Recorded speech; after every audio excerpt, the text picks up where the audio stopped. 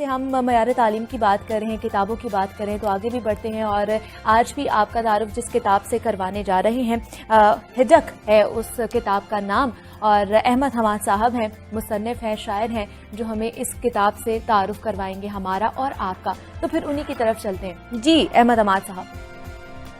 جی شکریہ منیبہ. آج بہت دلچسپ کتاب ہے، اور یہ ہمارے پنجاب کی کتاب یعنی پنجابی زبان میں ہے، جو ہماری مادری زبان بھی ہے. دلچسپ بات یہ ہے کہ یہ کتاب ایسے لہجے میں لکھی گئی ہے جو کہ ہمارے یہاں کم از کم لاہور میں اتنا معروف نہیں ہے. یہ ساندل بہار کے علاقے کی زبان ہے، اور یہ ننکانہ صاحب میں جو شاعر ہیں وہاں رہائش پذیر ہیں، اور شاعر ہیں رائے محمد خان ناصر.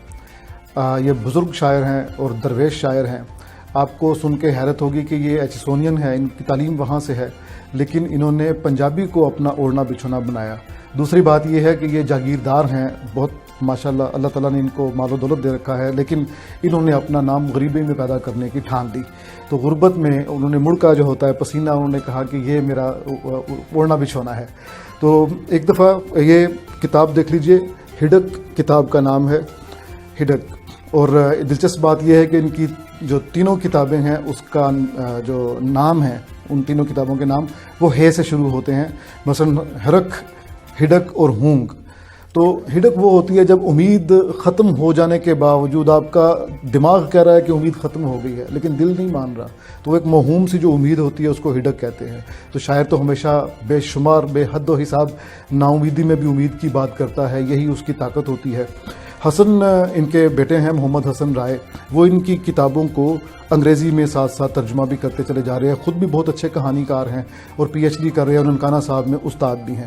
رائے صاحب کے ساتھ ایک دفعہ مجھے مشاعرہ پڑھنے کا اتفاق ہوا، تو میں نے دیکھا کہ انہوں نے اپنی بولیاں سنائیں. بولیاں وہ صنف ہے جو کہ پرانی بولیاں ہم نے جو دادی نانی سے سنی تھیں، ان کے مصنف یا شاعر کا ہمیں کچھ پتہ نہیں ہے.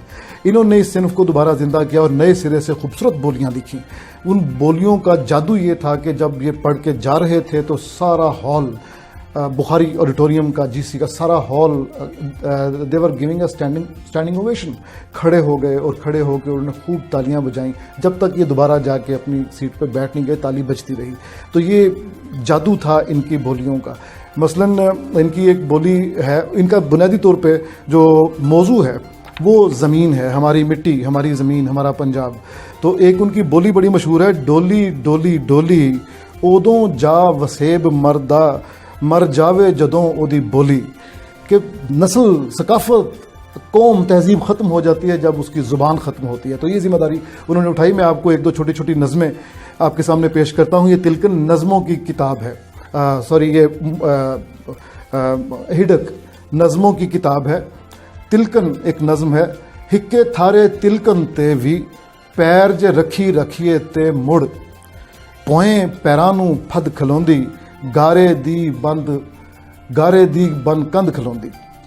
اس کا مطلب یہ ہوا کہ ایک جگہ پہ آپ کھڑے ہیں، بھلے وہ سلپری جگہ ہے، لیکن آپ معجزہ دیکھیں گے کہ آپ مستقل مزاج رہیں تو کیا ہوگا بلا کہ وہیں پہ گارا نیچے چلا جائے گا اور آپ کے پاؤں کے گرد ایک دیوار سی بن جائے گی، چار دیواری.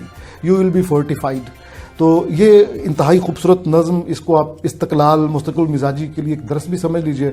اور اس کی جڑت مٹی کے ساتھ کہ مغربی یلغار یا کوئی بھی یلغار، اجنبی ثقافت کی یلغار ہو، آپ اپنی ثقافت کے ساتھ جڑے ہیں، پھر دیکھیں آپ کی ثقافت بھی آپ کی حفاظت کرتی ہے.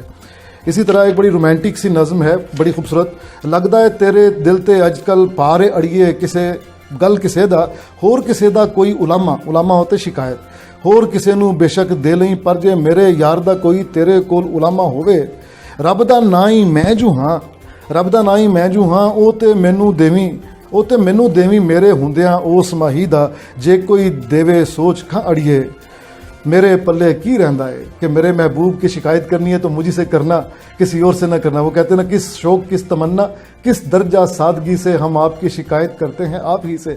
تو محبت میں تو یہ دونوں جی جو ہیں وہ ایک ہو جاتے ہیں. اڑیے کے بارے میں انور مسعود صاحب نے کہا کہ یہ دراصل اریو کا پنجابی ورژن ہے، اڑیے. ایک آخری ایک نظم اس میں سے پیش کرتا ہوں تاکہ آپ کے دل میں یہ امید، ایک خواہش جاگے کہ آپ اس کتاب کا مطالعہ کریں.